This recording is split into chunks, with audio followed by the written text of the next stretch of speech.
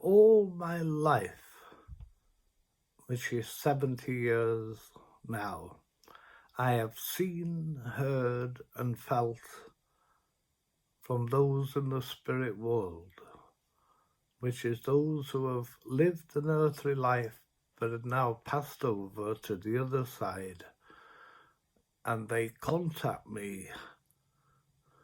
That's interesting. I should just tell you that people very often will say to me, can you contact my granddad, or can you contact my mother? No, I don't contact anyone. They contact me if they wish to. But I have been in touch with those in the spirit world all my life.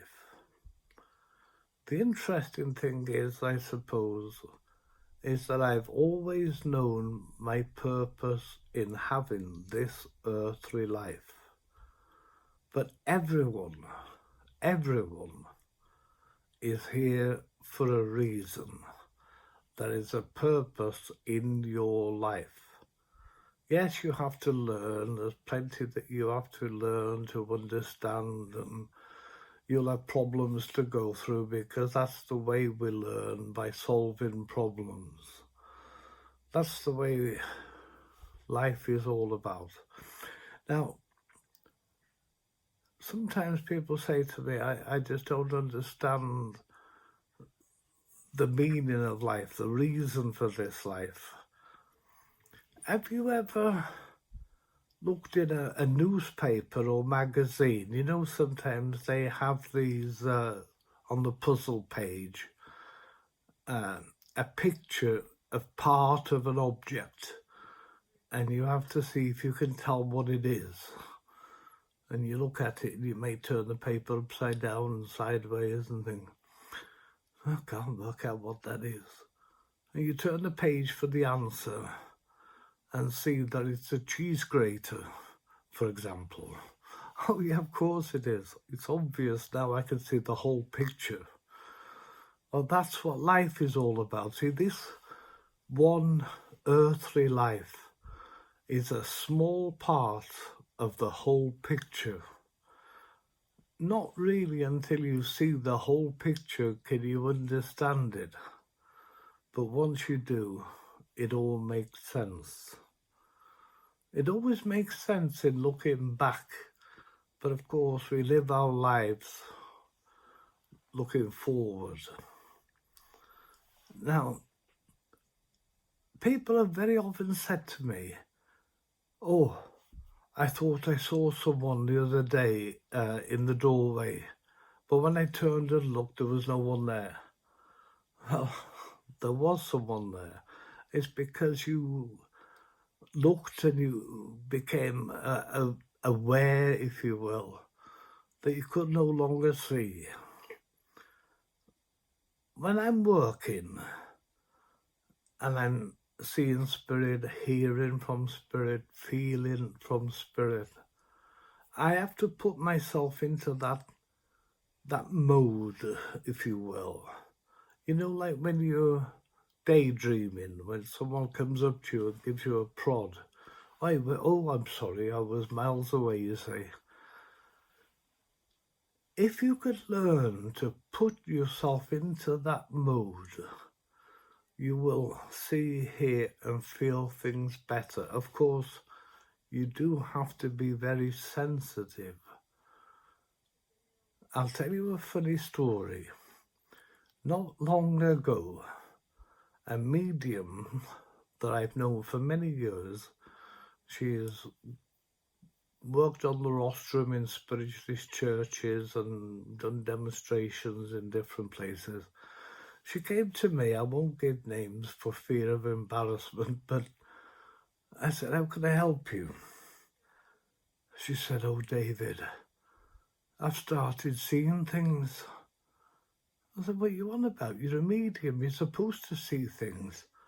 Oh, well, I've never actually really seen anything like I've started to now. Well, I don't understand that. A medium sees, hears, and feels from spirit, and that's all there is to it.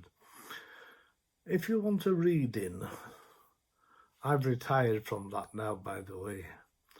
I think I've done my job after more than 50, 60 years of seeing people.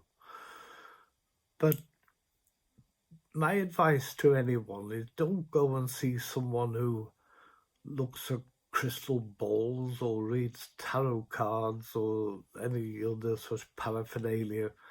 If you're truly psychic, you don't need props. And if you're not, then you shouldn't be doing it. Being a medium is very, very much a responsibility. But I do believe that everyone is psychic to some degree. Everyone is. And if you want to develop that psychic awareness, that psychic ability, then don't be afraid to do so. You can develop your own psychic ability. Or if it frightens you, then perhaps best let well alone. When a medium says, oh, I can hear someone speaking and what they're saying is, so this must be right, it's coming from spirit. What utter tosh. Where is it coming from in spirit? You see, when you pass over from this life into the next, you're still the same person. Death does not turn a sinner into a saint. It doesn't turn a fool into a wise man. There are people in spirit, maybe in the pits or on the very lowest planes, that don't have much of an idea. If they say something, this is why it's so important that you know who it is that is speaking to you. Test the spirits that they be true, is what St. Paul said, and it's very true that. Know who it is that is talking to you. I've seen, heard, felt from those in spirit, and on the high spirit planes, they do try to guide us, they do try to help us, they do try to tell us which way we should go, but they cannot force anyone to do anything. We have God and his ministering angels, and we have a devil and his demons. Believe me, they will all be trying to influence you, and the devil can be very crafty.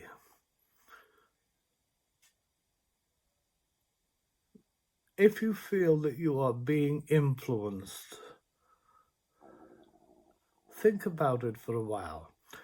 Throughout our earthly life, we all get influenced. We get influenced from TV adverts, we get influence from other mothers at the school gates, or we get influence from friends in the pub.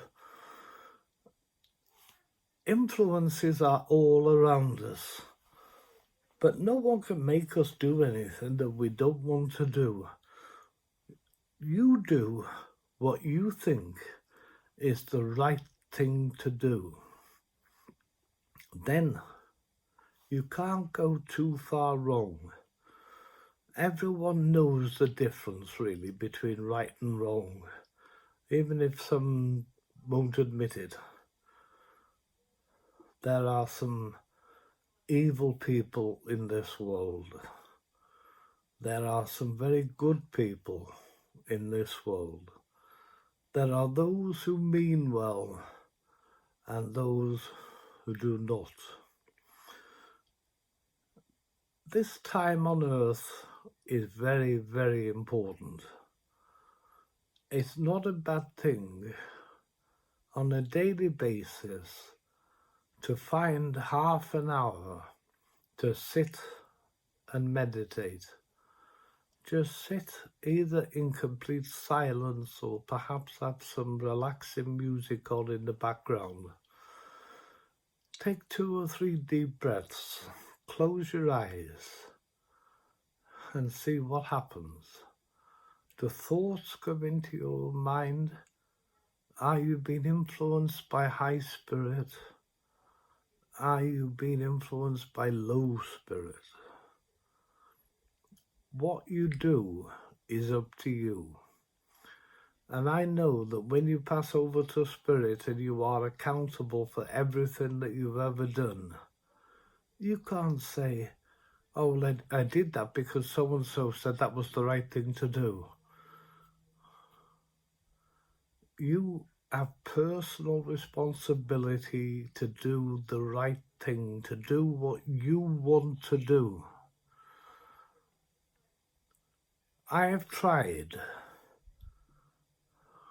for more than 60 years to act as a signpost, but I cannot make people do anything I wouldn't want to.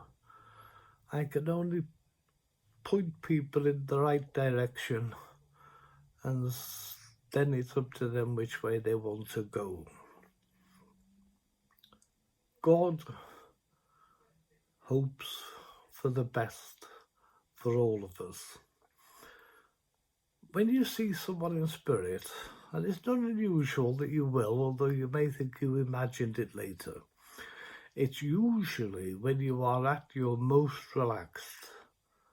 You know, people will say, oh, I was just in bed last night about to nod off to sleep, and I saw this lady at the foot of the bed, just for a second, but then it disappeared, and then I began to think, did I imagine that? No, you didn't. People say, when I first woke up this morning, opened my eyes, oh, I thought I saw someone in the corner of the room. Yes, you did. It wasn't your imagination. You see things, hear things, feel things when you are at your most relaxed. So relax. The physical body is what we need while we are having this earthly life. But we are always spirit. You always were, you are, and you always will be.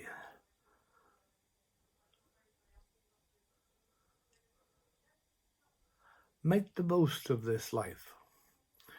You know, one day you will give your last kiss to someone. You will give your last hug to someone. You will say your last words to someone. But you never know when that day will come. Death creeps up upon us usually like a burglar creeps upon a house when you least expect it. Be aware of this every day and make every day count.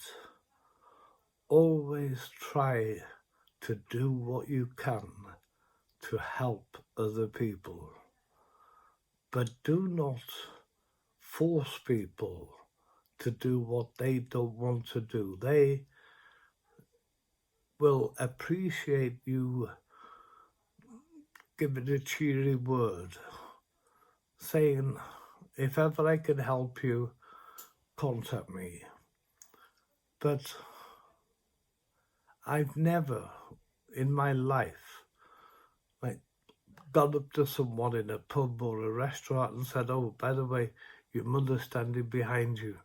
Yes, I may see her mother standing behind her, but I'm not going to do that. That person didn't come to me and say who is with me in spirit. If they do, I will tell them. Sometimes people will ask me a question and I say, do you really want me to give you a truthful and honest answer to that question?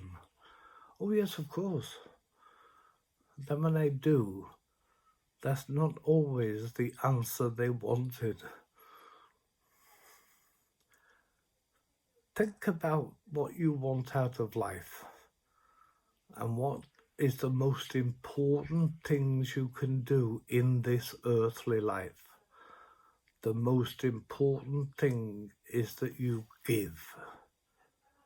If you've got plenty of money, give.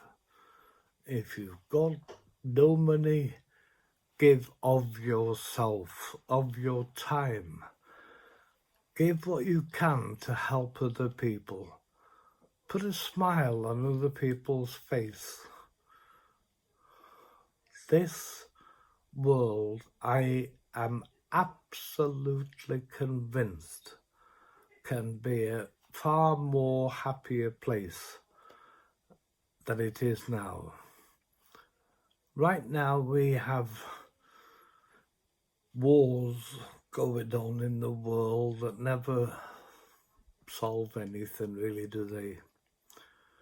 Unless mankind can find a way to end wars, wars will find a way to end mankind. We have guided missiles in the hands of misguided men. Let's see what we can do just in our own little community, maybe, amongst your neighbours, amongst people in the supermarket. Smile, say good morning. Sometimes that will make a real difference to people's lives. And that's what I am asking everyone to do right now. See what a difference you can make in people's lives. I wish you every happiness. God bless.